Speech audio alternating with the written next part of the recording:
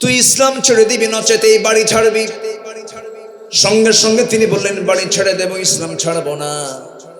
চাচা প্রচন্ড ক্ষেপে গিয়ে থাপ্পড় মেরে জমিনে ফেলে দিয়েছে। সঙ্গে সঙ্গে বলল, তোর থেকে আমি জোর করে সম্পত্তি সব নিয়ে নেব।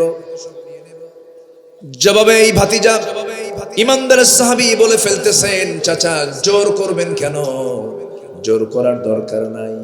আপনি যে আমাকে সম্পত্তির লোভ দেখাচ্ছেন, এগুলো আমার নেওয়ার প্রয়োজন নাই। আমি আপনাকে বিনা শর্তে সবকিছু আপনাকে আমি দিয়ে দিলাম, আপনি নিয়ে নেন, আমি ঈমান ছাড়তে পারবো না।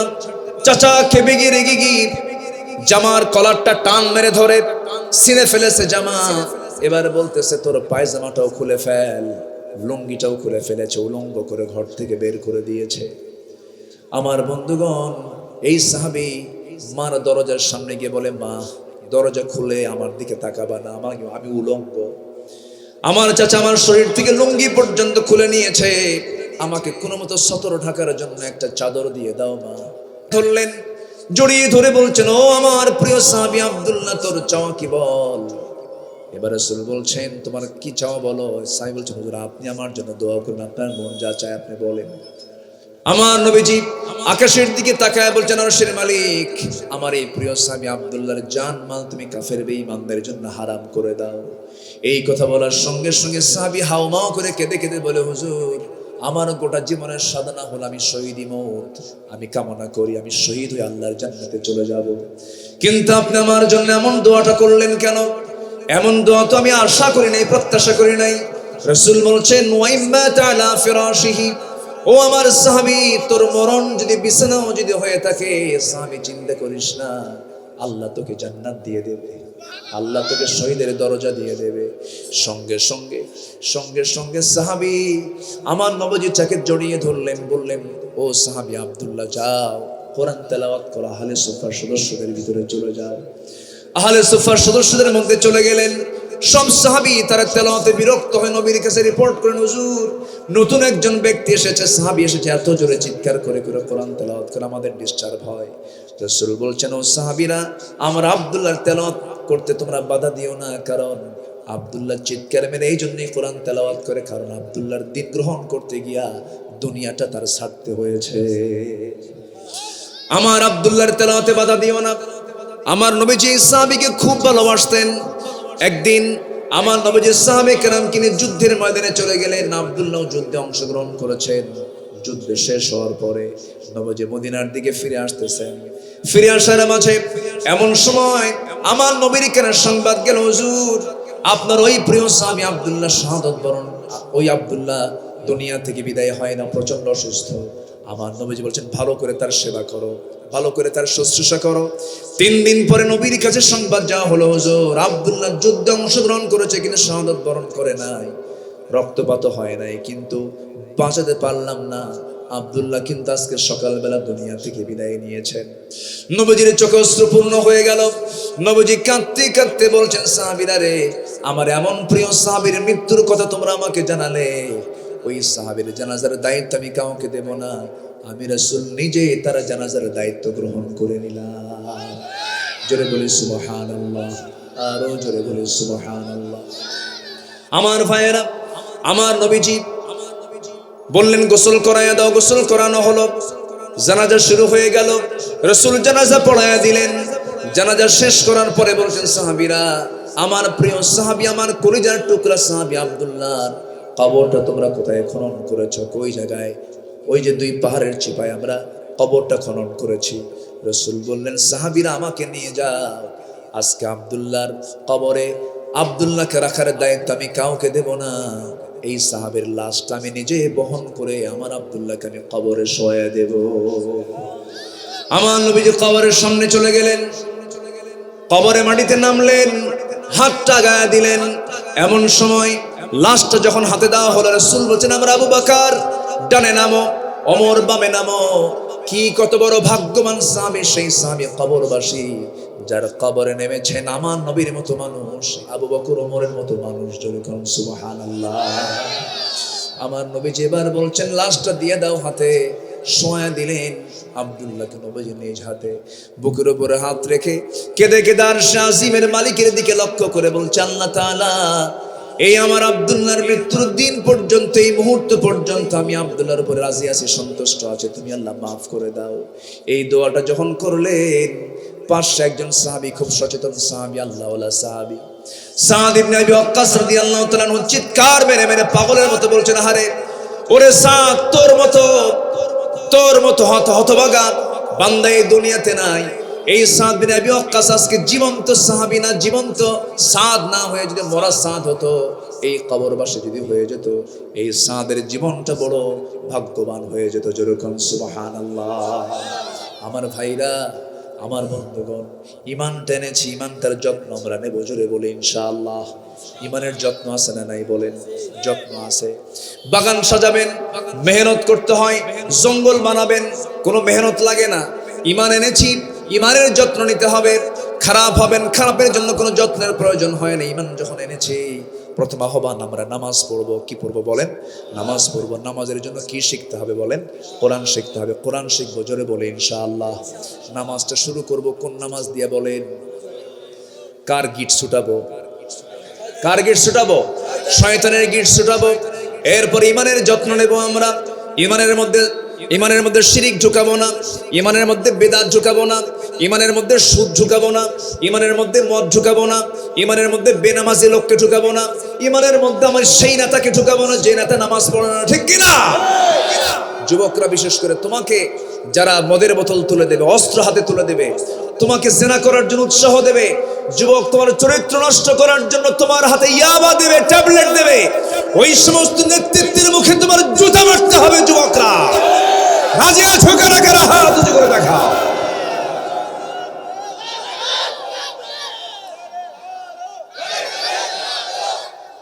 কোরআনকে শুধু নামাজের মধ্যে মানলে হবে না, সব জায়গায় মানতে হবে।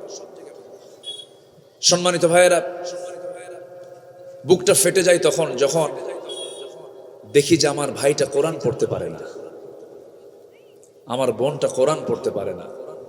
আমি যদি এখানে প্রশ্ন করি, কোরআন সহি করে পড়তে পারেন কজন? সবার হাত কি উঠবে? আমি উঠতে বলবো না, তুলতে বলবো না। যদি বলি কোরআনটাকে বুঝে শুনে পড়তে পারেন কয়জন? হাত কি আরো বাড়বে না আরো কমবে? আরো কমবে। এগুলো কি আমাদের আশার দিক না হতাশার দিক? হতাশার দিক। অথচ শিক্ষার হার কিন্তু বেড়েছে দেশে। নিরক্ষরতার হার নাই বললেই চলে। নিরক্ষর মুক্ত জেলা, নিরক্ষর মুক্ত থানা আমরা ঘোষণা করছি, রীতিমতো বিভিন্ন জায়গায় বলছি আমরা। কিন্তু 53 বছর দেশের স্বাধীনতার বয়স, এ দেশ স্বাধীন হয়েছে 53 বছর। এর আগে 47-এর 14 আগস্ট, 15 আগস্ট ভারত পাকিস্তান স্বাধীন হয়েছে। আমরা ব্রিটিশ বিরোধী আন্দোলন করে ব্রিটিশদেরকে তাড়াইছি। দেশ স্বাধীন হলো দুবার করে। বাংলাদেশ স্বাধীন হলো 53 বছর। 18 কোটি মুসলমানের দেশ হচ্ছে বাংলাদেশ। 4.5 লক্ষ মসজিদের দেশ হচ্ছে বাংলাদেশ। এরপরে যেই দেশে শুয়ে আছেন হাজার আউলিয়া, শহীদ শাহজালাল ইয়ামিনী, তারপরে খুলনার বাগেরহাটের কে? খান জাহান আলী, রাজশাহীর শাহ মাকদুম, বগুড়ার শাহ সুলতান বালখি, এরকম করে শাহ গোলাপ, শাহ পরান, এরপরে এরকম শাহ আমানত, এরকম করে হাজার আউলিয়ার আগমনের ধন্য যে বাংলাদেশ, সেই বাংলাদেশের মুসলমান নামাজ পড়ার জন্য যে ন্যূনতম যোগ্যতা কোরআনটাকে সহি করে পড়া, এই সহি করে পড়াই এই জাতির এখনো শেখা হলো না। আমি কি ভুল বললাম? ভুল বললাম? তাহলে শিক্ষার ডিপার্টমেন্ট যারা পরিচালনা করছেন, অবশ্যই তাদের মধ্যে ব্যর্থতা না মহাব্যর্থতা? মহাব্যর্থতা। জাতি নামাজ পড়তেই পারে না। আমি মালয়েশিয়া গিয়েছিলাম। মালয়েশিয়া সফর ছিল। কি সমস্যা? পোকা? আচ্ছা থাক। মালয়েশিয়া গিয়েছিলাম। সে দেশের প্রধানমন্ত্রী ডক্টর আনোয়ার ইব্রাহিম, একজন দেশের প্রধানমন্ত্রী, তিনি নিজে নামাজ পড়ালেন। আলহামদুলিল্লাহ বলবেন না? আমেরিকার সফরে গিয়েছেন, টোটাল তিনি আরবিতে বক্তৃতা দিলেন। একজন দেশের প্রধানমন্ত্রী আমি মালয়েশিয়ায় গিয়ে দেখি এমন কোন মুসলিম নাগরিক নাই যে নামাজ পড়াতে পারে না। সুবহানাল্লাহ বলবেন না? যে মুসল্লি, যে মুসলমান নামাজ পড়াতে পারে না তার নিজের নামাজও হয় না। আমার কথা কি বুঝতেছেন আপনারা? যে মুসল্লি নামাজ পড়াতে পারে না তার নিজের নামাজটাও হয় না। হয়তো কথাটা খুব শক্ত করে বললাম, কিন্তু এটাই বাস্তব। তাহলে আমি জান্নাতে যে যাব এর এক নম্বর পুঁজি কি বলেন তো? একটু জোরে বলেন, কি বলেন তো? সে নামাজ পড়ার জন্য যে শিক্ষাটা সবচেয়ে বেশি জরুরি তা কি আছে? কোন বিসিএস ক্যাডার যিনি বিসিএস ভাইভা বোর্ডে অংশগ্রহণ করবেন, এই পর্যন্ত কোন ভাইভা বোর্ডে কোন এক্সামিনার, কোন পরীক্ষক কি ওই ভাইভা বোর্ডে কোন শিক্ষার্থীকে এমন জাতীয় প্রশ্ন করেছেন যে তুমি তো মুসলমান, তুমি নামাজ পড়ো, কোরআনে কারীমের যে কোনো একটা পৃষ্ঠা থেকে একটা তেলাওয়াত শোনাও, এমন প্রশ্ন মনে হয় হয়েছে বহু নাকি? বরঞ্চ সেই প্রশ্ন না করে বলেছে কি জানেন, এবার অস্কার পুরস্কার পাইছে কে, আর বিশ্বের সবচেয়ে বড় উইকেট কিপার কে, বেশি উইকেট পেয়েছে কোন খেলোয়াড়। এটা হলো বিসিএস ভাইভা বোর্ডের প্রশ্ন। অথচ মুসলিম, অ্যাজ এ মুসলিম, কোরআন তেলাওয়াত করা, কোরআন থেকে কিছু প্রশ্ন আসার দরকার ছিল কি ছিল না? এই জাতীয় সিলেবাস যদি অন্তর্ভুক্ত হতো, গোটা দেশটা হয়ে যেত কোরআনের আয়নায় বিম্বিত, আল্লাহু আকবার, আলোকিত হয়ে যেত। কিন্তু তা তো নাই। আমার বন্ধুগণ, সামনের দোরগোড়ায় মাহে রমজান, রমজান সামনে যেহেতু সমাগত, এখানে কেউ বসে আছেন 50 চলে গেছে বয়স, 50টা বসন্ত পার করেছেন, 50টা রমজান পার করেছেন, কেউ 30 বছর পার করেছেন, কেউ 60 বছর পার করেছেন, কিন্তু আজ পর্যন্ত কোরআনটা পড়তে পারেন না। আমি সবার কাছে করজোড়ে মিনতি জানাই, আমি আমার এই নিজের হাতে মিনিমাম 5 বছর বয়সের শিশুকেও আমি দস্তার বান্ধে দিয়েছি, 30 পারা কোরআন সে মুখস্থ করে নিয়েছে। যদি 5 বছর, 6 বছর, 7 বছর, 10 বছরের ছোট্ট ছোট্ট বাচ্চা যদি সিনার মধ্যে কোরআনটাকে সুন্দর করে তুলতে পারে, কিয়ামতের দিন আল্লাহ যে আপনাকে জ্ঞান দিয়েছেন, বুদ্ধি দিয়েছেন, এই বিবেকটাকে, এই বুদ্ধিটাকে, এই জ্ঞানটাকে আপনি কাজে না লাগায়া, কোরআন না শিখে যদি আল্লাহর সামনে হাজির হন, নিরাপদ না বিপদ? আসতে কয় নিরাপদ না বিপদ? শুধু বিপদ না মহাবিপদ? মহাবিপদ। এই জন্য সবার কাছে আমার উদাত্ত আহ্বান একটা, প্রথমেই সামনে রমজানটা আমরা বরণ করে নেব কোরআন শেখা দিয়ে। কেউ তো ইনশাআল্লাহ বললেন না, এটা জোরে বলেন না। আমি দায়িত্ব দিয়ে যাচ্ছি বলে আপনারা মন খারাপ করতেছেন? কোরআন শুধু আলোচনা, শুধু শুনলে ভালো লাগবে এই নিয়তে শুনবো, না আমল করার নিয়তে শুনবো? আমল করার নিয়তে। হুজুরের সুরটা খুব ভালো, লাভ কি? হুজুর খুব সুন্দর ওয়াজ করলো, লাভ কি? আমি আমল করলাম না, তাহলে কি আমার এই ওয়াজ শুনে কোনো লাভ আছে? আমি আপনাকে একটা কাজ দিয়ে যাব। 1 নাম্বার, সেটা হলো কোরআন যারা শিখি নাই, সাধারণ মানে খুব মেধাবীও না, খুব বোকাও না, এমন জাতীয় মেধার অধিকারী একজন মানুষ যদি কোরআনটাকে শিখতে যায়, সে 7 দিনে কোরআনটা সহি করে পড়তে পারবে। কয় দিনে বলেন? 7 দিনে সম্ভব। কিন্তু কিছু কিছু বুড়ো চাচা আছে, বলে হুজুর মুখই আসে না, পারি না। কিন্তু চাচাকে যখন বলা হয়, চাচা কোরআন তো মুখে আসে না, ভালো কথা, যশোর পৌরসভার সামনে আপনার যে 4 কাঠা জায়গা আছে, এই 4 কাঠা জায়গার দাগ নাম্বার কত? 93। কি কথা কি বুঝতেছেন? দেখে কিন্তু বলা লাগলো না, ফাইল খোলাও লাগলো না, টনটনা মুখে ঠোঁটে 93 নাম্বার। চাচা আপনি যশোর কোর্টে দেখি সোমবার বুধবার প্রত্যেক সপ্তাহে চলে যান, ফাইল একটা হাতে নিয়ে, বয়স হতে হয়ে গেছে, সঙ্গে সঙ্গে বলে মামলাতে আছে কিছু জমাজমির মামলার কারণে অনেক সময় উকিল বসে না, উকিলকে বুঝ দিতে যায়। তাহলে বুড়ো চাচা উকিলকে বুঝ দেয়, দাগ নাম্বার টনটনা মুখস্থ, কিন্তু যখন বলা হয় চাচা আপনি একটু কোরআনটা পড়েন, বাবা মুখে আসে না। আছে কি না? আসতে বলবেন না, আছে না নাই? তাহলে কি মুখে আসে না, না চেষ্টা নাই? চেষ্টা নাই। এই জন্য রমজান মাসকে আমরা কিসের মাস বলি বলেন তো? হ্যাঁ, ভালো করে বলবেন, রমজান মাসটাকে আমরা কিসের মাস বলি? না, কোরআনের ভাষায় বলতে হবে। কোরআন যা বলছে তাই আমি শুনবো। ঠিক আছে রহমত, কোরআনের মাসকে কোরআন কি বলেছে? রমজানের মাসকে কোরআন কি বলেছে বলেন? কোরআনের মাস। কিসের মাস বলেন? রমজান মাস কিসের মাস? কোরআনের মাস। কোরআন নাজিল হয়েছে এই মাসে। আপনি বলেন রমজান, তুমি বলো, তোমার পরিচয় দাও, রমজান মাস তুমি কি? কোরআন বলে দিচ্ছে শাহরু রমাদানাল্লাযী উনজিলা ফীহিল কুরআন হুদাল লিন-নাসি ওয়া বায়িনাতিন মিনাল হুদা ওয়াল ফুরকান। জোরে বলুন আল্লাহু আকবার। রমজান মাস আল্লাযী, যাতে উনজিলা নাজিল করা হয়েছে, হুদাল লিন-নাস, মানুষের জন্য হেদায়েতের করে, ওয়া বায়িনাতিন মিনাল হুদা ওয়াল ফুরকান, সত্য মিথ্যার পার্থক্য সৃষ্টিকারী হয়ে করে আল্লাহ রাব্বুল আলামিন কোরআনটা এই মাসে নাজিল করেছেন। জোরে বলে সুবহানাল্লাহ। আমার বন্ধুগণ, তাহলে কোরআনের কারণে রমজানের দাম বেড়েছে, কাবার কারণে মক্কার দাম বেড়েছে, নবীর মাকবারার কারণে মদিনার দাম বেড়েছে, নামাজের কারণে ওযুর দাম বেড়েছে। নামাজ নাই, ওযুর দাম নাই, কাবা নাই, মক্কায় যাওয়ার প্রয়োজন ছিল না, নবীজির কবর নাই, মদিনার যাওয়ার প্রয়োজন ছিল না। তেমনি কোরআন নাজিল হয় নাই রমজান মাসে, এই মাসের তেমন বিশেষত্ব হতো না। তাহলে কোরআন নাজিলের কারণে যদি মাসটার দাম এত বেশি হয়ে যায়, সেই কোরআনটা পড়লে পরে, জানলে পরে, আমল করলে পরে সেই বান্দার দামটা আরো কত বেশি বেড়ে যায়। আমরা শিখবো, জোরে বলি ইনশাআল্লাহ।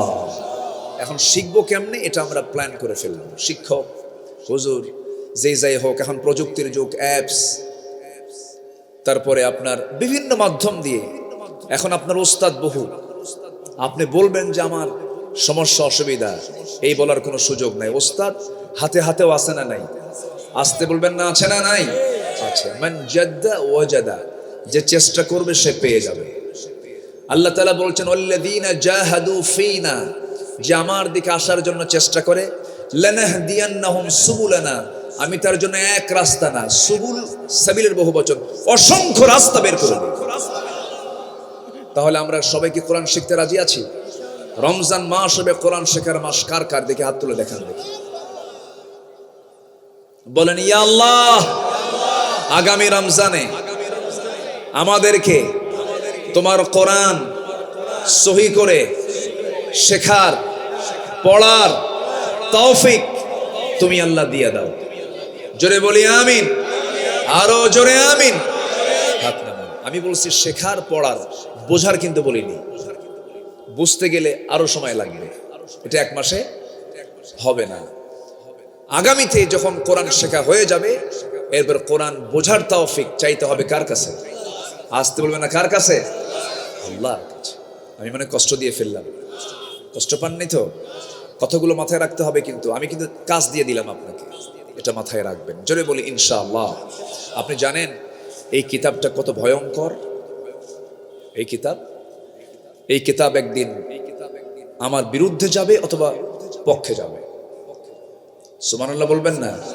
হয়তো বলবেন এটা তো জীবন নাই, এটা কেমন কেমন করে সম্ভব? আমার জীবন ছিল, কেমনে সম্ভব হয়েছে? কে দিয়েছেন?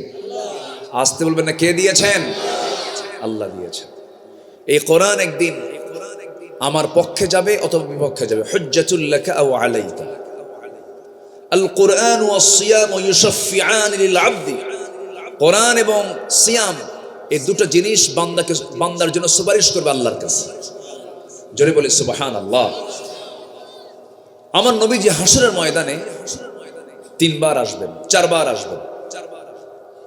এসে প্রথম 3 বারে এসে তার পছন্দের উম্মতগুলোকে টেনে জান্নাতে নিয়ে চলে যাবেন। জোরে বলি সুবহানাল্লাহ। আমরা কি 3 নম্বরে থাকতে চাই না 1 নম্বরে থাকতে চাই? নামাজ না পড়া, হ্যাঁ ভালো। 1 নম্বর কাতারে থাকতে হলে বান্দা হতে হবে কয় নাম্বার? বলেন কয় নাম্বার? আজান শুনে যেতে হবে সবার পরে না সবার আগে? কোথায়? লাস্ট কাতার না প্রথম কাতার? হ্যাঁ, তাহলে এই সিলসিলাগুলো মাথায় রাখতে হবে। আমার বন্ধুগণ, একটু কানটা খাড়া করবেন, মনোযোগ দিয়ে শুনবেন। আমার নবীজি সেই দিন পর পর 4 বার আসবেন। প্রথমবার কিছু সংখ্যক উম্মতকে সঙ্গে করে নিয়ে জান্নাতে চলে যাবেন। আম্মা জান আয়েশা বলেন, ইয়া রাসূলুল্লাহ, এত অসংখ্য উম্মতের ভেতর থেকে আপনি এদেরকে চিনবেন কেমনে, শনাক্ত করবেন কেমনে? আমার রাসূল বলছেন, আয়েশা রে, অসংখ্য ঘোড়ার মাঝে যে ঘোড়ার মুখের মাথার সামনে পাকড়া পাকড়ি চিহ্ন থাকে, কালো সাদা চিহ্ন থাকে, যেমন ইজিলি চেনা যায়, বোঝা যায়, তেমনি হাসরের ময়দানে আল্লাহ রাব্বুল আলামিন ওই সমস্ত বান্দার কপালের উপর একটা নূর চমকায় দিবেন। যে সমস্ত বান্দাগুলো খুশুর সঙ্গে সময় মতো নামাজে যত্নবান হয়ে নামাজ আদায় করেছে, ওই সমস্ত বান্দার কপালটা নূর চমকাতে থাকবে। আমি ওই নূর দেখে দেখে তাদেরকে বাছাই করে করে নিয়ে জান্নাতে চলে যাব। জোরে বলি সুবহানাল্লাহ। তাহলে বেনামাজির জন্য কি জান্নাত আছে? আসতে বলে, আসতে বলেন। বেনামাজির জন্য কি জান্নাত আছে? নাই। এটাকে মোল্লা কইল না, আল্লাহ কইছেন? আল্লাহ বলেছেন। কেন? তাহলে এই যে কথা বলে, পানির তলে মোমবাতি, বাবা বাতাসে নেভে না, বাবার নামে হালকা দিলে উজু গোসল লাগে না। এরকম বাবা কিছু আছে না? নাই। মানে আমার দেশে কিছু হিন্দু ভাইরা আছেন, তারা তো মা বেশি ডাকেন, তাই না? তাদের মা অসংখ্য, সমস্যা নাই। আমরা তাদের ধর্মকে নিয়ে কোনো নেগেটিভ কোনো বাজে মন্তব্য করতে যাব না, কারণ আমরা তাদের মূর্তিকে গালি দিলে তারা আমাদের আল্লাহকে গালি দিবে। এই জন্য রাসূল মানাও করে দিয়েছেন, লা তাসুব্বুল আসনাম, তোমরা মূর্তিকে গালি দিবা না, বরঞ্চ তোমার অধীনে যদি কোনো অন্য ধর্মের লোক থাকে তাদেরকে পাহারা দিবা, বলেছেন মুহাম্মদ সাল্লাল্লাহু আলাইহি ওয়াসাল্লাম। তো ওই হিন্দু ভাইরা তারা প্রচুর মা, তাদের মায়ের শেষ নাই। মা দুর্গা, মা কালী, মা ভগবতী, মা লক্ষ্মী, আর কি আছে, মা কালী, মা সরস্বতী, বহু মা আছে না? এখন মুসলমানরা চিন্তা করলো যে যেহেতু তাদের মা অনেক, আমরা বাধ্য দয়াল বাবা, পীর বাবা, খাজা বাবা, ন্যাংটা বাবা, উল্টা বাবা আছে না? নাই বলেন তো? মানে ওরা ব্যালেন্স করছে একটু। ওরা ধরছে মা, আর এরা ধরছে কি? ধরতে হবে কাকে? আস্তে করে ধরতে হবে কাকে? জিকির করে কি দেখছেন? হু হু আছে না? হু হু খাজা, দিল কর তাজা, ইসমে জালাল, গাজার কলকি খাওয়া হালাল। জোরে কর নাউজুবিল্লাহ, জোরে বলেন নাউজুবিল্লাহ। ওই সমস্ত দরবারে কোরআনের সাথে তাদের কোনো সম্পর্ক নাই, কোরআন বুঝি না তারা। ওরা বলে কি জানেন, তোমাদের কোরআন 30 পারা আর আমাদের কোরআন 90 পারা। চরম ভণ্ডামি কিন্তু আছে ওদের ভিতরে। যার মধ্যে নামাজ নাই, ওর চাইতে বড় ভণ্ডাই দুনিয়া তার নাই। নামাজ আছে যেখানে ক্ষমা আছে, বরকত আছে, রহমত আছে, বুকটা ফেটে যায়। আমার দেশে মাত্র 5% মুসলমান নামাজি। কত পার্সেন্ট? যশোরেও তাই, খুলনাতেও তাই, কুষ্টিয়াতেও তাই, ঝিনাইদহেও তাই, নড়াইলেও তাই। সব জায়গায় গড় এভারেজে দেখা যায় 5 থেকে 6% মুসলমান নামাজ পড়ে। আর বাকি যারা নামাজ না পড়ে ওরা চিন্তায় আছে যে কোন বাবার দরবারে গিয়ে মুরিদ হওয়া যায়, একটা সার্টিফিকেট পেলে জান্নাত নিয়ে নেবে। তাই তো মুরব্বী হাসতেছে। এমন কি কোনো সুযোগ আছে? তাহলে আমার বন্ধুগণ, এতক্ষণের আলোচনায় আমি আপনাকে একটা কাজ প্রথমে দিতে চাই, সেটা হলো কোরআনটা আমরা শিখে নেব, পরে আবার বোঝার চেষ্টা করব।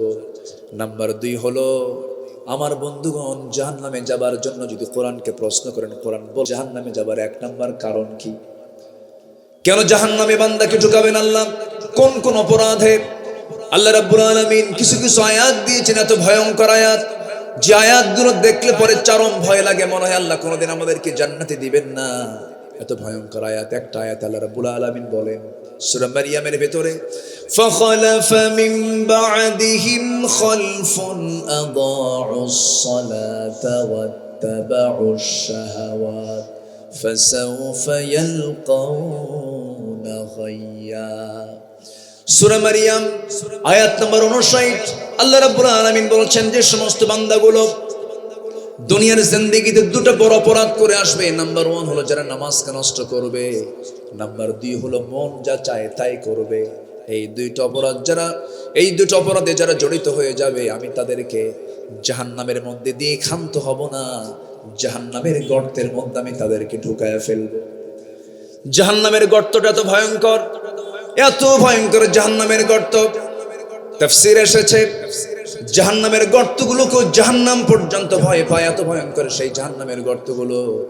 জাহান্নামটার এরিয়া কেমন বড় হবে, জাহান্নামটা কত বড় হবে। এই যে আমরা দিনের বেলা সূর্য দেখতে পাই আকাশের উপরে, আমাদের মাথার উপরে আমরা দেখতে পাই সূর্য যদিও দেখতে আমাদের চোখে প্লেটের মতো মনে হয়, কিন্তু ছোট্ট এই পৃথিবীকে আলোকিত করার জন্য 13 লক্ষ পৃথিবীর সমান আল্লাহ তাআলা একটা সূর্য বানাইছেন। জোরে কোন সুবহানাল্লাহ। কয় লক্ষ পৃথিবীর সমান? 13 লক্ষ পৃথিবীর সমান একটা সূর্য বানায়া এত ছোট একটা পৃথিবীকে তিনি আলোকিত করছেন। ওই বিশাল সূর্য যদি সমুদ্রের মুখে যদি ছেড়ে দেওয়া হয়, বাচ্চার মুখে চকলেট দিলে পরে যেমন 3-4 মিনিট পরে চকলেটটা মুখের ভিতরে নিঃশেষ হয়ে যায়, জাহান্নামের মধ্যে যদি এই বিশাল সূর্যকে ঢুকায় দেওয়া হয়, নিমিষেই সেই সূর্যটা জাহান্নামের মধ্যে হেরে যাবে। এত ভয়ঙ্কর জাহান্নাম। সেই জাহান্নামের মধ্যে আবার গর্ত আছে, সেই গর্তটা এত ভয়ঙ্কর। আমার বন্ধুগণ, সেই গর্তের মধ্যে তারা ঢুকবে যারা নামাজকে দুনিয়াতে নষ্ট করে ফেলেছে, নামাজ যারা পড়ে নাই, নামাজ যারা বাদ দিয়েছে। আল্লাহ সবচেয়ে বান্দার উপরে সবচেয়ে বেশি খেপে যান, রেগে যান কি? সাল্লে পড়ে বলে, নামাজ সাল্লে পড়ে। আমার বন্ধুগণ, প্রত্যেক রাতের শেষ রাতের সময় মুয়াজ্জিন যখন আযান দেয়, সেই সময় শয়তান প্রত্যেক বান্দার কাছে এসে ওয়াসওয়াসা দিয়ে থাকে, বলে আলাইকা লাইলুন তাবিল, আলাইকা লাইলুন তাবিল। শয়তান কিন্তু ওয়াজও করে, আয়েশা সুন্দর করে ওয়াজ করে আর বলে, তোর জন্য রাতটা অনেক লম্বা, ঘুমা, এরকম করে আদর করতে থাকে। শয়তান 3টা গিট মেরে দেয়। 3টা কি মেরে দেয়? গিট। এটাকে কি বলে? দড়ির গিরা। আচ্ছা, আপনাদের ভাষা তো অনেক সুন্দর, স্মার্ট ভাষা। জি আলহামদুলিল্লাহ বলেন। ওভার স্মার্ট, খালি স্মার্ট বললে ভুল হবে, ওভার স্মার্ট। খুবই সুন্দর ভাষা। এত ভাষা সুন্দর পৃথিবীর কোথাও পাবেন না, বলি আলহামদুলিল্লাহ। আমার একটা বহুল আলোচিত একটা মানে 1 মিনিটের একটা বক্তৃতা আছে ভাষার উপরে। যশোর তো যশোরই, তাই না? একটা বক্তব্য আমার আছে, আমি পরে শুনলাম যেটা নাকি সবাই শুনেছে। তো এটা নিয়ামত আপনাদের জন্য, বলি আলহামদুলিল্লাহ। আপনার জন্ম যদি নোয়াখালী হইতো তাহলে কি হতো বলেন তো? আল্লাহ পাক বলতে পারেন, আল্লাহ ফাক। পানির হানি কয়, পানির কি কয়? হানি কয়। ছেলেকে বাপ বলতেছে, শোবার সময় হয়ে গেছে, ঘুমানোর সময় হয়ে গেছে, ছেলে ঘুমাচ্ছে না, বাপ রেগে উঠে বলতেছে, মুতিয়াই হুতি যা। কথা বোঝেন নাই? মুতিয়াই হুতি যা মানে পেশাব করে তাড়াতাড়ি শুয়ে পড়, মুতিয়াই হুতি যা। চিন্তা করেন ভাষার কি মানে কাফন দাফন হয়ে গেছে, একদম ভাষা শেষ। কিন্তু আপনাদের ভাষাটা অনেক সুন্দর ভাষা, বলি আলহামদুলিল্লাহ। তবে মায়ের ভাষা তো সব ভাষাই সুন্দর, সব ভাষাই, ওটাও একটা ভাষা, কিন্তু ভাষার রূপটা চেঞ্জ হয়ে গেছে। এই মজাও লাগে, মজা লাগে না? মজাও লাগে। সম্মানিত ভাইয়েরা, তাহলে আমরা নামাজকে ছেড়ে দেব? শয়তান গিট মারে কয়টা? 3টা। শয়তান 3টা গিট মারে। এর মধ্যে একটা গিট হলো বান্দাকে নামাজ থেকে দূরে রাখার জন্য 3টা গিট মেরে রেখে দেয়। 1 নাম্বার গিট, যদি কোনো বান্দা ছুটাতে চায় শয়তানের, সঙ্গে সঙ্গে বান্দা যদি আলাইকা লাইলুন তাবিল, আলাইকা লাইলুন তাবিল এটাকে না মাথায় নিয়ে যদি সে গা ঝাড়া দিয়ে ওঠে, গা ঝাড়া দিয়ে ওঠার সঙ্গে সঙ্গে শয়তানের একটা গিট খুলে যায়। বান্দা যখন ওযু বানায় আরেকটা গিট ছুটে যায়। আবার যখন বান্দা ওযু বানায় যখন নামাজে দাঁড়ায় গেল, সঙ্গে সঙ্গে 3টা গিটই ছুটে গেল। সারাদিন পর্যন্ত ওই শয়তান আর ওই বান্দার কাছে সহজে আরাম পায় না। জোরে বলে সুবহানাল্লাহ। তাহলে শয়তান তাড়ানোর মূল সময় কখন বলেন? বলেন কোন সময়? এই জাতি সবচেয়ে ঘুম পারে কোন সময় বেশি? বুরিকা লি উম্মতি ফি বুকুরিহা। আমার রাসূল বলেছেন আমার উম্মতের বরকতময় সময় হলো ফজর। বরকতময় সময় কি? আর এই জাতি ঘুমায় কোন সময় বেশি? ফজর। সারা রাত কি করে? আল্লাহ কি রাতকে দিয়েছেন কাজের জন্য না ঘুমানোর জন্য? সারা রাত এখন কি করে জানেন? সবচেয়ে বড় খুব পরিশ্রম করে এটা নিয়ে, এটার কাজ খুব বেশি, এত মেহনত। বউ চলে গেল আপত্তি নেই। অনেকদিন আগে একটা ছেলে মোবাইল হারায় ফেলছে, আমারে বলে হুজুর মোবাইল হারায় তুমি বিধবা হয়ে গেল। বোঝেন নাই? মানে এত আসক্তি, কত যে সময় নষ্ট হয় এই প্রযুক্তির পিছনে, কত সময় নষ্ট হয়, কত জিকির করা যেত, কত কাজ করা যেত, কোনো কাজ নাই, বেহুদা সময়টা নষ্ট হয়ে যায়। এই পৃথিবীতে আল্লাহ তাআলা সবচেয়ে দামি জিনিস দিয়েছেন, একটা সূরা নাজিল করেছেন, সেই সূরার নাম হলো সূরাতুল আসর, সময়ের সূরা। কিসের সূরা বলেন? সময়, দ্য টাইম। সময়কে আমরা দাম দেব। তাহলে আমাদের শয়তানকে নিজের শরীর থেকে আগে তাড়ানোর জন্য প্রথম উদ্যোগ নিতে হবে কোন সময়? বলেন কোন সময়? আজকে কি ফজর হবে সবার? আমি কিন্তু সাইজ করতেছি ধীরে ধীরে, রাগ করা যাবে না ভাই। রাগ করতেছেন আপনারা? আমার ওয়াজের ধরনটা একটু ভিন্ন। মানে কিছু ওয়াজ আছে এমন কান্দায়, বক্তা নিজেও কান্দে, শ্রোতাও কান্দে, কান্দে কুন্দে সারে যা। যখন বলা হয় বুঝলেন কি? বুঝলাম তো না, কানলাম ঠিকই, বুঝলাম না কিছু। তাহলে ওই কান্দে লাভ আছে বলেন? ওই কি বলে, একটা ছোট্ট মেয়ে 8 বছর বয়স, হাও মাও করে কান্দে। মা এসে বলতেছে মা তুমি কান্দো কেন? তাও কান্দে। তো সন্তানের কান্না দেখে মা কি আর থাকে? মাও কান্দে। তো মা বেটির কান্না দেখে সব আশেপাশের প্রতিবেশী এরা এসে এই বাপ দুই মা মেয়ের কান্না দেখে এরাও কান্দে। কান্দি শেষে এসে এখন সবাই মিলে প্রশ্ন করছে, মা আমরা তো সবাই তোমার জন্য কান্দলাম, কিন্তু তুমি কানলা কেন? এটা তো বুঝলাম না আমরা। কান্নার কারণটা কি একটু বলো? বলছে কানলাম এই জন্য মা, আমার বয়স এখন 8 বছর, যখন আমার বয়স 18 বছর হবে তখন আমার বিয়ে হবে, বিয়ে হওয়ার পরে একটা বাচ্চা হবে, সেই বাচ্চাটা একটা ছেলে সন্তান হবে, ওর বয়স যখন 8 বছর হবে ওই সময় যদি বাচ্চাটা মরে যায় আমি থাকবো কেমন? এই জন্য কান্না। কি কথা কি বুঝতেছেন আপনারা? তাহলে কান্নার কোনো কারণ হলো? কাঁদতেই যদি হয় আমরা কাঁদবো কার কাছে? ওই ফজরে উঠে কাঁদবো। আমার কান্না কেউ শুনবে না, শুনবেন শুধু কে? আমার অভাব কেউ দূর করবেন, অভাব দূর করবেন কে? আমার আল্লাহ। তাহলে আমরা সিদ্ধান্ত নিলাম, শয়তানের সারাদিনের প্রথম যে তার অপারেশন সেটা হলো গিট দিয়ে রাখে ঘুমন্ত অবস্থায়, ওই গিট ছুটাবো আমরা। দিন শুরু করব নামাজ দিয়ে, সেজদা দিয়া, আবার সুন্দর করে কোরআন তেলাওয়াত করব। যদি কোনো বান্দা ফজর নামাজটা জামাতে পড়ে, এশার নামাজটা যদি জামাত আদায় করতে পারে, গোটা রাত কিয়ামুল লাইল করলে যে সওয়াবটা হয় আল্লাহ রাব্বুল আলামিন তার আমলনামায় সেই সওয়াব দিয়ে দেন। জোরে বলি সুবহানাল্লাহ, আরো জোরে বলি সুবহানাল্লাহ।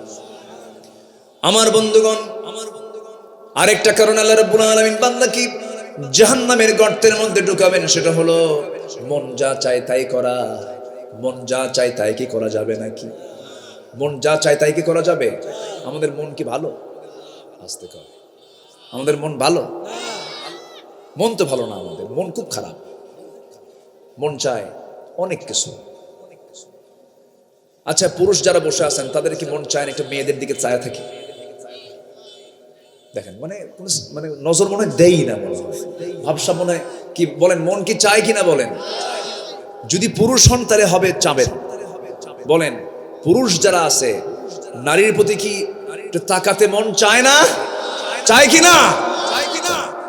মন তো চায়। তাকানো কি যাবে? পরনারীর দিকে তাকানো যাবে? তাকালে কি হবে? কে গুনাহ দেবেন? কার ভয়? তাহলে তাকাবো না কার ভয়ে? তাহলে মনের ট্রিটমেন্ট আমি নিজেই করলাম, আমি তাকাচ্ছি না। আল্লাহ বললেন আমি তোকে মুজাহিদের সওয়াব দিয়ে দিলাম। যেরকম সুবহানাল্লাহ। তাহলে মন কিন্তু প্রথম চান্সে খারাপ কিছু চায়। মন চায় ওরে ঠকাই, মন চায় ওরে কেমনে পেঁচের মধ্যে ফেলবো, মন চায় কেমনে মিথ্যা কথা বলবো, কেমনে ঠকাবো। মন তো শুধু খারাপ কিছু চায়। কিন্তু মনটাকে আপনি যদি ট্রিটমেন্ট করতে পারেন, আল্লাহ বলছেন সেই হচ্ছে সবচেয়ে বড় সফল। যেরকম সুবহানাল্লাহ। قد أفلح من تزكى قد أفلح من تزكى وذكر اسم ربه ফাসাল্লা। সে ব্যক্তি সফল যে ব্যক্তি নফসের ট্রিটমেন্ট করতে পেরেছে। জোরে বলি সুবহানাল্লাহ। আল্লাহ রাব্বুল আলামিন বলেন ওয়াত্তাবাউশ শাহাওয়াত, যারা নফসের দাসত্ব করে দুনিয়া থেকে বিদায় নিয়ে নেবে আমি তাদেরকে জাহান্নামের গর্তের মধ্যে ঢুকায় ফেলবো। মন যা চায় তা করা যাবে না। মন চায় আমার আইন দিয়ে আমি দেশ চালাবো, তা হবে না। মন আপনার চাইবে হবে না, কারণ আল্লাহ বলছেন তোর আইন দিয়ে নয়, আমি আল্লাহ আমার আইন দিয়ে তোর দেশ চালাতে হবে। জোরে বলেন ঠিক কিনা? মন যা চায় তাই করা যাবে না। আল্লাহ রাব্বুল আলামিন সূরাতুল আহজাবের 35 নম্বর আয়াত আমি একটু মিলায়ে দিচ্ছি। আগের থেকে যোগসূত্র মিলায়ে দিয়ে আয়াতের সঙ্গে আমি ঢুকে যাচ্ছি, আয়াতের সঙ্গে মিলায়ে দিয়ে আমি আয়াতের গভীরে আস্তে আস্তে চলে যাচ্ছি। আমার বন্ধু আল্লাহ রাব্বুল আলামিন বান্দাকে ডাক দিয়ে বলছেন, বান্দারে 10টা গুণে গুণান্বিত যদি হতে পারো আমি তোমাকে 2টা পুরস্কার দিয়ে দেব। 1 নম্বর হলো সাধারণ ক্ষমা, আর আমি তোমার জন্য বিশাল বড় পুরস্কার আমি জান্নাত রেখে দিয়েছি। 10 কাজের কয় পুরস্কার? 10 কাজের কয় পুরস্কার? একটা হলো ক্ষমা। একটা কি? ক্ষমা। কে করে দিবেন? কে করে দিবেন? আর জান্নাত কে দিয়ে দিবেন? সবাই কি জান্নাত নিতে চান? জান্নাত ছোট না বড়? পৃথিবী বড় না জান্নাত বড়? সর্বনিম্ন জান্নাত হলো 10টা পৃথিবীর মতো একটা জান্নাত। কয়টা পৃথিবী বলেন? ছোটখাটো হয়ে গেল মনে হয় না? আমি আগে চিন্তা করতাম, হানিফ ভাই, চেয়ারম্যান ভাই, আমি আগে চিন্তা করতাম, চেয়ারম্যান ভাই, আমি আগে চিন্তা করতাম, ছোটবেলা ওয়াজ শুনতাম তো, আগে তো এত বুঝিনি। আব্বাকে বলতাম, আব্বা এই যে বক্তা যে ওয়াজ করতেছে একটা লোককে সর্বনিম্ন 10টা পৃথিবীর মতো একটা জান্নাত দেওয়া হবে, এত জায়গা কো? এটা ব্রেনে খেলতো না। এত জায়গা আল্লাহ কোথায় রাখছে? এই জনে জনে, তাও নিম্ন জান্নাত হলো 10টা পৃথিবীর মতো একটা জান্নাত, এত জায়গা কোথায়? পরে একটু আকাশ নিয়ে, আল্লাহ তাআলা তো আকাশ নিয়ে গবেষণা করতে বলেছেন, সমুদ্র নিয়ে গবেষণা করতে বলেছেন। তো আকাশের দিকে তাকায় দেখি আল্লাহ আরো মানে 10টা পৃথিবী আরো কম মনে হচ্ছে আমার কাছে। আল্লাহু আকবার বলে। এত জায়গা আল্লাহর আছে। কেমন করে দেখেন, আমরা যেখানে বসে আছি এখান থেকে সূর্য যে আমরা দেখতে পাই, সূর্য কি আসলেই এরকম দূরে না আরো দূরে? এই সূর্য যদি এত বড় হয় পৃথিবী থেকে 13 লক্ষ গুণ, তাও অনুমান আন্দাজ। তারকাগুলো যে ওই তারার কি বলে চাঁদের পিছনে যে তারকাগুলো রাতের বেলা দেখি, ওগুলো কি জোনাকির মতো ছোট ছোট? এক একটা তারকা আছে, ব্যাটেল জুইস একটা তারকা আছে, যে তারকা সূর্যের চাইতেও 33 কোটি গুণ বড়। কয়টা তারা? তারা কি একটা? অসংখ্য অসংখ্য তারকা। এক একটা গ্যালাক্সির ভিতরে 50 বিলিয়ন করে তারকা আছে। এক একটা গ্যালাক্সি 50 বিলিয়ন, মিলিয়ন না, 50 বিলিয়ন তারকা আছে এক একটা গ্যালাক্সির ভিতরে। আল্লাহু আকবার। এই যে Betelgeuse, supernova, Adhara, Proxima Centauri, এই যে তারকাগুলো মহাশূন্য আল্লাহ রাব্বুল আলামিন ঝুলায় রেখেছেন, পরিভ্রমণ করাচ্ছেন। এক একটা তারকা কত বড়। মানুষ চাঁদের দেশে গেল, মানুষ চাঁদ দেখে আসছি, মঙ্গল গ্রহ দেখে আসছে, কিন্তু মানুষ তো ওই তারকার দেশ দেখতে পারে নাই। যদি কোনো মানুষ চিন্তা করে চাঁদ দেখলাম, মঙ্গল গ্রহ দেখলাম, তারকার দেশ দেখতে যাব, পৃথিবী থেকে সবচেয়ে নিকটবর্তী তারকার দেশ হলো প্রক্সিমা সেন্ট্রাই। এই প্রক্সিমা সেন্ট্রাই যদি কেউ যেতে চায়, এই দুনিয়ার কোনো বিমান দিয়ে, কপ্টার দিয়ে, কোনো যানবাহন দিয়ে হবে না। চেষ্টা করা যেতে পারে হয়তো নভোযান দিয়ে। অ্যাপোলো 11 নামে একটা নভোযান আছে। সে অ্যাপোলো 11টা তার গতি হলো ঘন্টায় 39,000 কিলোমিটার। 39,000 কিলোমিটারের বেগে যদি রওনা দিয়ে দেয়, সেই অ্যাপোলো 11 রওনা দিল দুনিয়া থেকে পৃথিবীর সবচেয়ে নিকটবর্তী তারকার দেশে যেতে তার সময় লেগে যাবে 1,15,000 বছর মাত্র। যাবেন কারা কারা? হাত তোলেন। যাবেন? কোন দিন যাবেন? যাবেন তো, যেতে তো হবে, আমাদের যেতে হবে না? আল্লাহ তাআলা বলছেন আমি তোর জন্য জান্নাতের দরজা খুলে দেব আকাশের দরজা খোলার পরে। যেরকম সুবহানাল্লাহ, লা তুফাত্তাহু লাহুম আবওয়াবুস সামা। কাফিরদের জন্য আকাশের দরজাই খোলা হবে না, আর ঈমানদারদের জন্য আকাশের দরজা খুলে আল্লাহর আরশ আজিমের পাশে জান্নাত দিয়ে দিবেন আল্লাহ তাআলা। কোন বিমানে চড়বেন? কার বিমান? বলেন কার বিমান? সেই বিমানের গতি হবে মনের গতি। কিসের গতি বলেন? মনের গতির চেয়ে বড় গতি কিছু আছে? মনের গতি।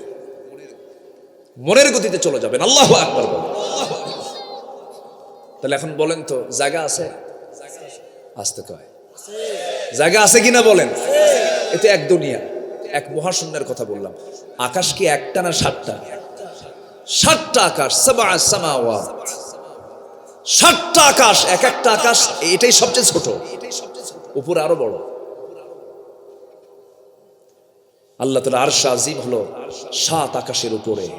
সুবহানাল্লাহ বলবেন না? জোরে বলি সুবহানাল্লাহ। কিন্তু আল্লাহ বলেন কি জানেন? আল্লাহ বলেন বান্দা তোর সবাই দূরে, আমি তোর কাছে।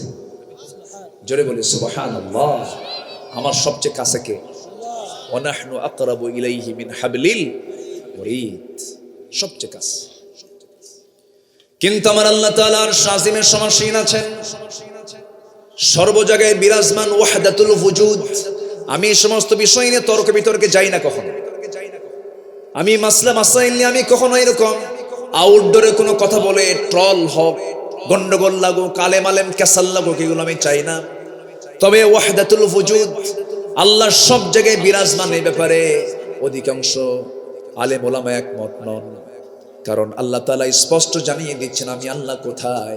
আর রহমানু আলাল আরশি ইস্তাওয়া। আমার আল্লাহ তাআলা আরশ আজিমের সমাসীন আছেন। জোরে কোন সুবহানাল্লাহ। টয়লেট নাই টয়লেট? আল্লাহ টয়লেটে থাকে? আমার বন্ধুগণ একটু কান লাগাবেন, আমি গভীরে যাব না, শুধু এতটুকু বলবো আমার বন্ধুগণ সে আল্লাহ তাআলা আরশ আজিমে আছেন। কিন্তু আমি কি করি, আপনি কি করেন?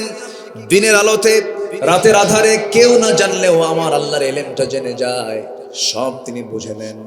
আমার বন্ধুগণ আজকের এই প্রযুক্তির যুগে আরো সহজ হয়ে গেছে। আপনার মোবাইলে টাকার দরকার, আপনি একটা নক দিলেন, চাপ দিলেন, সব হিস্টোরি আপনার মধ্যে চলে আসলো। আজকের এই প্রযুক্তির যুগে অনেক কিছুই সম্ভব। আমার আল্লাহর ফেরেশতা আছে না নাই? আসতে বলবেন না, আছে না নাই? সব তারা অটো রেকর্ড করছে। আগে হুজুররা ওয়াজ করতো, যখন যে আমল নামার ডান হাতে দেওয়া হবে বাম হাতে দেওয়া হবে, নাস্তিকরা বলতো হুজুররা কি কয়, এতগুলো খাতা নিয়ে চলবে কেমনে? এখন উত্তর দিবি না? এখন উত্তর দে। এখন তার আমল নামার তো আর খাতা লাগে না, এখন কি লাগে? সব মেমোরি। সব কি মেমোরি? 50 কেন 50টা ঘরের মধ্যে যে কাগজপাতি আছে, যে হিসাব আছে, একটা মেমোরির মধ্যে তার চেয়ে বেশি থেকে যায়। এখন তার কেউ প্রশ্ন করেন, আল্লাহ তাআলা ঝুলায় দিবেন, আমলনামা ঝুলায় দিবেন প্রত্যেক বান্দার কাঁধে, বুকে, অথবা ডান হাতে বাম হাতে ঝুলায় দিয়ে বলবেন ইকরা কিতাবাকা কাফা বিনাফসিকাল ইয়াওমা আলাইকা হাসিবা। পাঠ করো তোমার আমলনামা, ল্যাপটপ অন কর, তোর পার্সোনাল ল্যাপটপ অন কর, দেখ জন্ম থেকে মৃত্যু পর্যন্ত তুই কোন ওয়াকাম কুকাম গুলো করছিস, দেখ সম্ভব কিনা। জনজনে আল্লাহ তাআলা দিতে পারবেন কিনা? মানুষের সামান্য ব্রেন দিয়ে যদি করা যায়, আল্লাহ কি করতে পারেন না? ইউরোপ আমেরিকার দিকে যান, ইউরোপ আমেরিকায় ক্রাইম নাই কেন? ওরা কি মানুষ ভালো ভাবতেছেন? যে আমেরিকা ইরাকের 7.5 লক্ষ মানুষকে মেরে শেষ করে দিল, দ্বিতীয় বিশ্বযুদ্ধ কারা ঘটাইছে, প্রথম বিশ্বযুদ্ধ কারা ঘটাইছে, আজকে রাশিয়া ইউক্রেন যুদ্ধ লাগাচ্ছে কারা? এই সমস্ত সন্ত্রাসী কর্মকাণ্ডের সাথে মুসলমানদের কোনো সম্পর্ক নাই। তারা কি ভালো? কে বলছে ভালো? কে বলেছে ভালো? প্রযুক্তির কারণে তারা সবকিছুকে অনলাইনের মধ্যে নিয়ে আসছে, সব জায়গায় সিসি ক্যামেরা লাগানো আছে, আকাম কুকাম করার সুযোগ তারা রাখেনি। তাদের জোরালো প্রযুক্তিকে ইউজ করার কারণে তারা ভালো হতে বাধ্য। কথা বোঝেন নাই?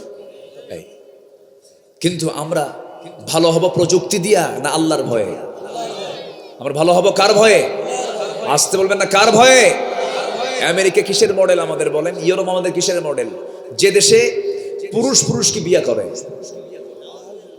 পুরুষ পুরুষকে বিয়ে করে, নারী নারীতে আসক্ত হয়, যা কুত্তা বিলের মধ্যেও নাই। কুকুরে এত জঘন্য না। সমকামিতাকে প্রমোট করা হচ্ছে আমার দেশে। আবার ওইদিকে ঋষি সোনাক অবশ্য বলেছেন, ইংল্যান্ডের যিনি ব্রিটেনের প্রধানমন্ত্রী, তিনি বলেছেন a man is a man, a woman is a woman, that's just a common sense. একটা পুরুষ একটা পুরুষ, একটা নারী একটা নারী, এটা বোঝার জন্য বুদ্ধিজীবী হওয়া লাগে না, কমন সেন্সই যথেষ্ট। কথা বোঝেন নাই? এই বিকৃত যৌনাচারে জাতিকে মিশিয়ে দেবার জন্য আমার দেশেও কিছু সমকামী বের হয়েছে। ট্রান্সজেন্ডার কেন শেখানো হয়? কেন ট্রান্সজেন্ডারের এই সমস্ত কথাগুলো কেন জাতির সামনে ওপেন করা হয়? কোরআন শিখান, জাতির কিসমত ভালো হয়ে যাবে। ফিলিস্তিন বন্ধু না ইসরায়েল বন্ধু আমাদের? কারা বন্ধু আমাদের বলেন? কারা বন্ধু? ক্লাস 10 এর সিলেবাসে কেন ফিলিস্তিনের মানচিত্র না দেখায় কেন ইসরায়েলের মানচিত্র দেখানো হয়? ইসরায়েল কি বৈধ না অবৈধ? ওরা কি বৈধ না অবৈধ? ভাড়াটিয়া কখনো বাড়িওয়ালা হয়? ওরা ছিল ভাড়াটিয়া, এখন হয়ে গেছে কি? অনেক কথা তো ছিল, শর্ট করে আমাকে বলতে হচ্ছে। তাহলে আমাদের শত্রু চেনার দরকারও আছে না নাই? যারা সমকামিতাকে প্রমোট করে, যারা পাপকে প্রমোট করে, যারা মদের বোতল নিয়ে বসে থাকে, যারা জেনার কারবার উৎসাহ দেয়, যারা আকাম কুকাম করে বেড়ায়, যারা নামাজ পড়ে না, তারা কি আমার বন্ধু হতে পারে? মদ খায় কারা বলেন? আমাদের দেশে মদ খায় না? মদ বানানো হয় না? খুলনা ডিভিশনে মদের ফ্যাক্টরিও আছে, কেরুয়ান কম দর্শনা চুয়াডাঙ্গায়। গত বছর মার্শাল্লাহ মদ বিক্রি করে কয়েক কোটি টাকা লাভ হয়েছে। আলহামদুলিল্লাহ, আলহামদুলিল্লাহ খান নাই? ও নওয়াজবিল্লাহ কইছেন? আচ্ছা ঠিক আছে। মদের বোতল কিন্তু বিক্রি হয়, মদ বেচে আবার খায়। এরা আবার রমজান আসলে পরে ওমরায় যায়। সারা বছর মদের কারবার করে মদ খায়, আবার কোথায় যায়? ওমরায়। টাকা পয়সা আছে তো, বোঝেন না? যায়া 30 দিন চিন্তা করে 11 মাস আকাম কুকাম করছে, আর এই 1 মাস কোন আকাম কুকাম করবো না, একেবারে শীত হয়ে পড়ে থাকে আল্লাহর ঘরে। সবে কদর, কিয়ামুল লাইল, রোজা, 5 ওয়াক্ত একদম জামাতের সাথে নামাজ। মনে মনে চিন্তা করে যে যেহেতু এখানকার 1 রাকাত সাধারণ মসজিদের মানে 1 লক্ষ রাকাতের সওয়াব হবে এখানকার 1 রাকাত পড়লে, এত সওয়াব।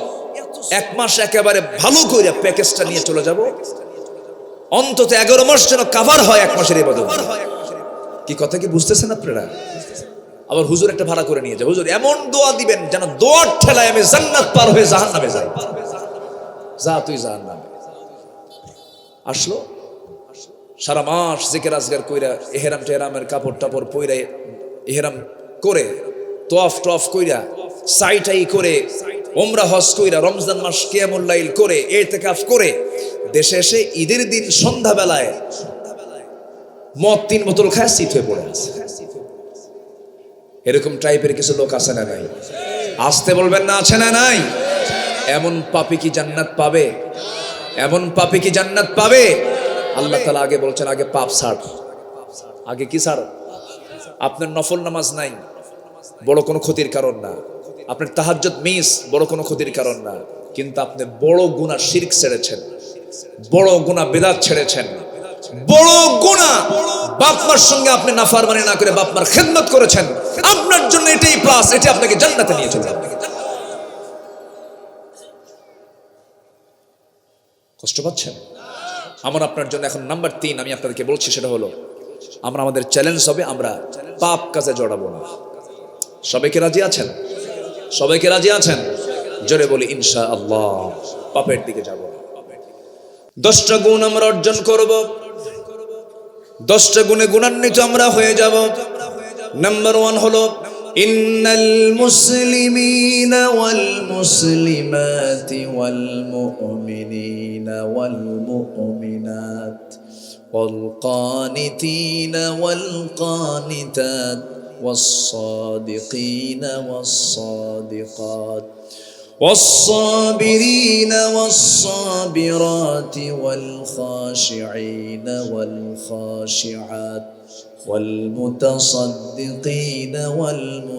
والمتصدقات والصائمين والصائمات والحافظين فروجهم والحافظات والذاكرين الله كثيرا والذاكرات আহাদ্দাল্লাহু লাহুম মাগফিরাতান ওয়া আজরান আযীমা। জোরে বলুন আল্লাহু আকবার। বাড়ি থেকে মিলায়ে নেবেন। আল্লাহ রাব্বুল আলামিন বলছেন, তোমরা মুসলমান পুরুষ এবং মুসলমান নারী, মুমিন পুরুষ মুমিনা নারী, অনুগত পুরুষ অনুগত নারী, দানবীর দানশীল পুরুষ দানশীলা নারী, ধৈর্যশীল পুরুষ ধৈর্যশীলা নারী। এরপর আল খাশিঈন ওয়াল খাশিআত, আবার বলছেন বিনয়ী পুরুষ বিনয়ী নারী, ওয়াল মুতাসাদ্দিকিন ওয়াল মুতাসাদ্দিকাত, দানশীল পুরুষ দানশীলা নারী, ওয়াস সাইমিন ওয়াস সাইমাত, রোজা রাখা পুরুষ রোজা রাখা নারী, ওয়াল হাফিযিনা ফুরুজাহুম, লজ্জাস্থানের হেফাজতকারী পুরুষ এবং লজ্জাস্থানের হেফাজতকারিণী নারী, ওয়ায-যাকিরিনাল্লাহা কাসীরা, আল্লাহর জিকির করনেওয়ালা পুরুষ এবং জিকির করনেওয়ালী নারী। এই 10টা গুণে গুণান্বিত যে বান্দা হবে, আল্লাহ বলছেন তাদের জন্য আমি আল্লাহ সাধারণ ক্ষমা ঘোষণা করে দিলাম এবং তাদের জন্য আমি আল্লাহ জান্নাত রেডি রেখে দিয়েছি। জোরে বলি সুবহানাল্লাহ। এখন প্রশ্ন হলো, হুজুর যতগুলো বলেন সব তো আমাদের মধ্যে আছে। আমরা তো মুসলমান, আমরা তো ইমানদার, আমরা তো অনুগত, আমরা তো সেজদা দেই, আমরা তো রুকু করি, আমরা তো দান করি, আমরা তো রোজাও রাখি, আমরা তো জিকিরও করি, আমরা তো লজ্জাস্থান হেফাজত করি। সব বললাম, সব ঠিক আছে, কিন্তু আমার বন্ধুগণ আসলে কি আমরা ঠিক আছি নাকি? আমরা কি ঠিক আছি? ঠিক না। ঈমান কারা এনেছেন দেখেন। একজন সাহাবী ঈমান আনলেন, ফলাফল কি হলো? যিনি ঈমান এনেছেন তার বাপ মারা গেছে আগে, এতিম, চাচার কাছে মানুষ হয়েছে। চাচার কানে সংবাদ গেছে ভাতিজা ইসলাম কবুল করছে, দিন মেনে নিয়েছে, মুসলমান হয়েছে, ঈমান এনেছে। বলা হলো, ভাতিজা শুনলাম তুমি নাকি ইসলাম কবুল করেছো, তোমার আব্বা কত আগে মারা গেল, আমি তোমাকে নিজে লালন পালন করলাম, নিজের সম্পত্তি দিলাম, তুমি এত বড় অপরাধ করে ফেললে। ভাতিজা বলতেছে, চাচা আপনার দৃষ্টিতে এটা অপরাধ হতে পারে, কিন্তু আমি জান্নাতের রাস্তা খুঁজে পেয়েছি। জোরে বলে সুবহানাল্লাহ। সবচাইতে ওই পথিকটা বড় বিপদের পথিক, ওই পথিকটা সবচেয়ে বড় বিপদের পথিক, যে জান্নাতের রাস্তা হারায় ফেলবে। কিসের রাস্তা হারায় ফেলবে? তাহলে আমাদের সবার আগে সব রাস্তা হেরে যাই আমরা, কিন্তু ভোলা যাবে না কিসের রাস্তা? জান্নাতের রাস্তা। সে বড় বড় কপাল যে জান্নাতের রাস্তাটা হারায় ফেলেছে। এই সাহাবী করলেন কি? চ্যালেঞ্জের সম্মুখীন হয়ে গেলেন। বলা হলো, তুই ইসলাম ছেড়ে দিবি, নচেত এই বাড়ি ছাড়বি। সঙ্গে সঙ্গে তিনি বললেন, বাড়ি ছেড়ে দেব, ইসলাম ছাড়বো না। চাচা প্রচন্ড ক্ষেপে গিয়ে থাপ্পড় মেরে জমিনে ফেলে দিয়েছে। সঙ্গে সঙ্গে বলল, তোর থেকে আমি জোর করে সম্পত্তি সব নিয়ে নেব। জবাবে এই ভাতিজা ইমানদার সাহাবী বলে ফেলতেছেন, চাচা জোর করবেন কেন? জোর করার দরকার নাই। আপনি যে আমাকে সম্পত্তির লোভ দেখাচ্ছেন, এগুলো আমার নেওয়ার প্রয়োজন নাই। আমি আপনাকে বিনা শর্তে সবকিছু আপনাকে আমি দিয়ে দিলাম, আপনি নিয়ে নেন, আমি ঈমান ছাড়তে পারবো না। চাচা খেপে গিয়ে রেগে গিয়ে জামার কলারটা টান মেরে ধরে ছিঁড়ে ফেলেছে জামা। এবার বলতেছে, তোর পায়জামাটাও খুলে ফেল, লুঙ্গিটাও খুলে ফেলেছে, উলঙ্গ করে ঘর থেকে বের করে দিয়েছে। আমার বন্ধুগণ, এই সাহাবী মার দরজার সামনে গিয়ে বলে, মা দরজা খুলে আমার দিকে তাকাবা না, আমি উলঙ্গ। আমার চাচা আমার শরীর থেকে লুঙ্গি পর্যন্ত খুলে নিয়েছে, আমাকে কোনো মতো সতর ঢাকার জন্য একটা চাদর দিয়ে দাও মা। ধরলেন, জড়িয়ে ধরে বলছেন, ও আমার প্রিয় সাহাবী আব্দুল্লাহ, তোর চাওয়া কি বল। এবার রাসূল বলছেন, তোমার কি চাওয়া বলো। সাহাবী বলছেন, হুজুর আপনি আমার জন্য দোয়া করুন, আপনার মন যা চায় আপনি বলেন। আমার নবীজি আকাশের দিকে তাকায় বলছেন, আরশের মালিক, আমার এই প্রিয় সাহাবী আব্দুল্লাহর জান মাল তুমি কাফের বেঈমানদের জন্য হারাম করে দাও। এই কথা বলার সঙ্গে সঙ্গে সাহাবী হাউমাউ করে কেঁদে কেঁদে বলে, হুজুর আমার গোটা জীবনের সাধনা হলো আমি শহীদি মওত, আমি কামনা করি আমি শহীদ হয়ে আল্লাহর জান্নাতে চলে যাব। কিন্তু আপনি আমার জন্য এমন দোয়াটা করলেন কেন? এমন দোয়া তো আমি আশা করি নাই, প্রত্যাশা করি নাই। রাসূল বলছেন, ওয়াইম্মা তাআলা ফিরাশিহি, ও আমার সাহাবী, তোর মরণ যদি বিছানাও যদি হয়ে থাকে, সাহাবী চিন্তা করিস না, আল্লাহ তোকে জান্নাত দিয়ে দেবে, আল্লাহ তোকে শহীদের দরজা দিয়ে দেবে। সঙ্গে সঙ্গে সঙ্গে সঙ্গে সাহাবী আমার নবীজিকে জড়িয়ে ধরলেন, বললেন, ও সাহাবী আব্দুল্লাহ, যাও কোরআন তেলাওয়াত করো, আহলে সুফার সদস্যদের ভিতরে চলে যাও। আহলে সুফার সদস্যদের মধ্যে চলে গেলেন। সব সাহাবী তারা তেলাওয়াতে বিরক্ত হয়ে নবীর কাছে রিপোর্ট করেন, হুজুর নতুন একজন ব্যক্তি এসেছে, সাহাবী এসেছে, এত জোরে চিৎকার করে করে কোরআন তেলাওয়াত করে আমাদের ডিস্টার্ব হয়। রাসূল বলছেন, ও সাহাবীরা, আমার আব্দুল্লাহর তেলাওয়াত করতে তোমরা বাধা দিও না, কারণ আব্দুল্লাহ চিৎকার মেরে এই জন্যই কোরআন তেলাওয়াত করে, কারণ আব্দুল্লাহর দিন গ্রহণ করতে গিয়া দুনিয়াটা তার ছাড়তে হয়েছে। আমার আব্দুল্লাহর তেলাওয়াতে বাধা দিও না। আমার নবীজি সাহাবীকে খুব ভালোবাসতেন। একদিন আমার নবীজি সাহাবে কেরামকে নিয়ে যুদ্ধের ময়দানে চলে গেলেন। আব্দুল্লাহ যুদ্ধে অংশগ্রহণ করেছেন। যুদ্ধ শেষ হওয়ার পরে নবীজি মদিনার দিকে ফিরে আসতেছেন।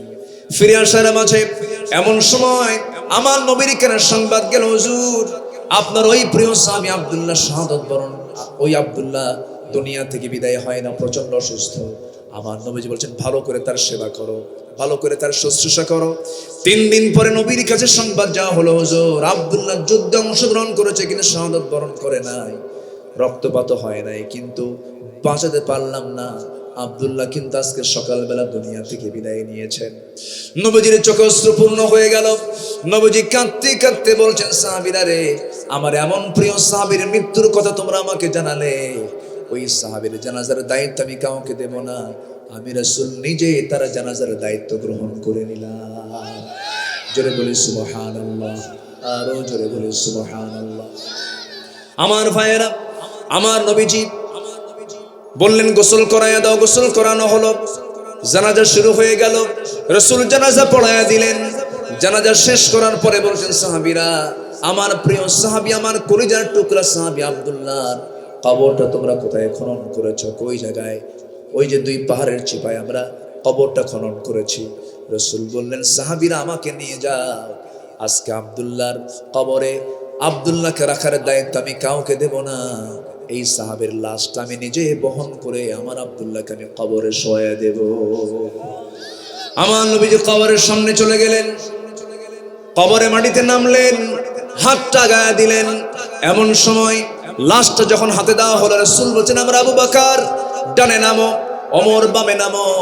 কি কত বড় ভাগ্যবান সাহাবী সেই সাহাবী কবরবাসী, যার কবরে নেমেছেন আমার নবীর মতো মানুষ, আবু বকর ওমরের মতো মানুষ। যেরকম সুবহানাল্লাহ। আমার নবীজি এবার বলছেন, লাশটা দিয়ে দাও হাতে। শোয়া দিলেন আব্দুল্লাহকে নবীজি নিজ হাতে, বুকের উপরে হাত রেখে কেঁদে কেঁদে আরশে আজিমের মালিকের দিকে লক্ষ্য করে বলছে, আল্লাহ তাআলা, এই আমার আব্দুল্লাহর মৃত্যুর দিন পর্যন্ত, এই মুহূর্ত পর্যন্ত আমি আব্দুল্লাহর উপরে রাজি আছি, সন্তুষ্ট আছে, তুমি আল্লাহ মাফ করে দাও। এই দোয়াটা যখন করলেন, পাশে একজন সাহাবী, খুব সচেতন সাহাবী, আল্লাহওয়ালা সাহাবী সাদ ইবনে আবি ওয়াক্কাস রাদিয়াল্লাহু তাআলা আনহু চিৎকার মেরে মেরে পাগলের মতো বলছেন, আরে ওরে সাদ, তোর মতো হতভাগা বান্দা এই দুনিয়াতে নাই। এই সাদ বিন আবি ওয়াক্কাস আজকে জীবন্ত সাহাবী না, জীবন্ত সাদ না হয়ে যদি মরা সাদ হতো, এই কবরবাসী যদি হয়ে যেত, এই সাদের জীবনটা বড় ভাগ্যবান হয়ে যেত। যেরকম সুবহানাল্লাহ। আমার ভাইরা, আমার বন্ধুগণ, ইমান টেনেছি, ইমানটার যত্ন আমরা নেব। জোরে বলে ইনশাআল্লাহ। ইমানের যত্ন আছে না নাই বলেন? যত্ন আছে। বাগান সাজাবেন, মেহনত করতে হয়।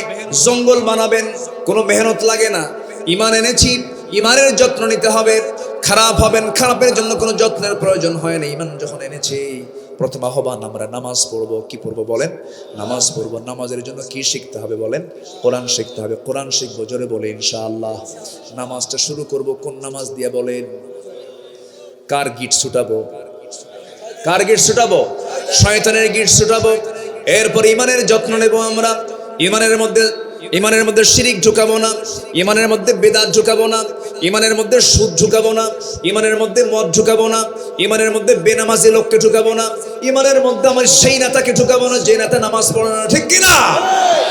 যুবকরা বিশেষ করে, তোমাকে যারা মদের বোতল তুলে দেবে, অস্ত্র হাতে তুলে দেবে, তোমাকে জেনা করার জন্য উৎসাহ দেবে, যুবক তোমার চরিত্র নষ্ট করার জন্য তোমার হাতে ইয়াবা দেবে, ট্যাবলেট দেবে, ওই সমস্ত নেতৃত্বের মুখে তোমার জুতা মারতে হবে যুবকরা। রাজি আছো কারা কারা? হাত উঁচু করে দেখাও।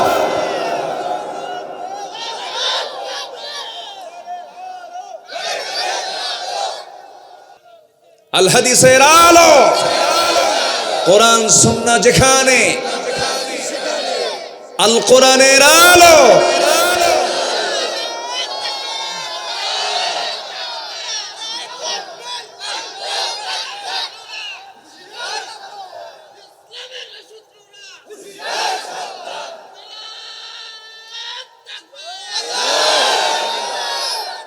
আল্লাহ কবুল করুন, জোরে বলে আমিন। আজান তো বহু আগে হয়ে গেছে মনে হয়। আজান মনে হয় হয়েছে না? আজান হচ্ছে মনে হয়। সম্মানিত ভাইয়েরা, সম্মানিত বন্ধুগণ, আমরা নামাজ পড়ি না ইনশাআল্লাহ? নামাজ পড়ি তো? এশার নামাজ পড়বেন কারা কারা? একটু হাত তুলে দেখেন তো দেখি। জোরে বলি ইয়া আল্লাহ, আমাদেরকে ফজর, জোহর, আসর, মাগরিব, আয়েশা 5 ওয়াক্ত সালাত আদায় করার তৌফিক তুমি আল্লাহ দিয়া দাও। জোরে বলি আমিন, আরো জোরে আমিন। সম্মানিত ভাইয়েরা, সম্মানিত বন্ধুগণ, মাহফিলটা কিসের? এটা যুব সমাজ। গত বছর মাহফিল হয়েছে আলহামদুলিল্লাহ। আল্লাহ তুমি এই মাহফিলকে কবুল করো, জোরে বলি আমিন। এখানে অনেক মুরব্বীরা আছেন, যখন আজান হয়ে যায় তখন নামাজটা কি হয়ে যায়? জরুরি হয়ে যায়। তো তেমনি যখন কেউ মারা যায় তখন তার জন্য জানাজাটা কি হয়ে যায়? যখন কারো মেয়ে বড় হয়ে যায় তখন তার জন্য কি জরুরি হয়ে যায়? বিবাহটা জরুরি হয়ে যায়। সম্মানিত ভাইয়েরা, আমার মন চাচ্ছে আমি আরো কথা বলি, কিন্তু আমি বলেছি প্রথমে, অনেকে শুনেন নাই, পরে আসছেন। এখানে লেখা আছে বয়ানের সময় মাগরিব থেকে এশা পর্যন্ত। কেন জানেন? আমার সেকেন্ড আরেকটা মাহফিল আছে বলেই তো আমি এটা বলেছি। এখন একটা পাখি আকাশে যখন ওড়ে তখন এক ডানায় ওড়ে না দুই ডানায় ওড়ে? দুই ডানায় কি ওড়ে না এক ডানায় ওড়ে? তো দুটা ডানাই যেন ঠিক থাকে। এক ডানা ভেঙ্গে ফেললে তো পাখি চলবে না। এই জন্য আমি তো প্রথমেই বলেছি, আগামীতে আপনারা যদি আমাকে একটু আগে বলেন, 1 বছর আগে যদি বলেন, আমি ফুল একটা টাইম, যেটা মাহফিলের মূল যৌবনকাল, এশার পর আমার দেশের মানুষ খাওয়া দাওয়া করে, আর এটা তো শহরতলি, একদম যশোরের একদম কাছাকাছি, মানুষ আসতে পারে নাই, তো অনেকে আফসোস করবে, ব্যবসায় আছে, দোকানপাটে আছে, আসতে পারে নাই। তো জাস্ট 9টা থেকে 11টা পর্যন্ত যে মূল টাইমটা, এটা আগামী বছরের জন্য যদি আপনারা যোগাযোগ করেন আমি দেওয়ার চেষ্টা করব। জোরে বলি ইনশাআল্লাহ। আমি আপনাদেরকে একটু কলিজায় ক্ষত দিয়ে গেলাম আজকে, আমি বুঝতেছি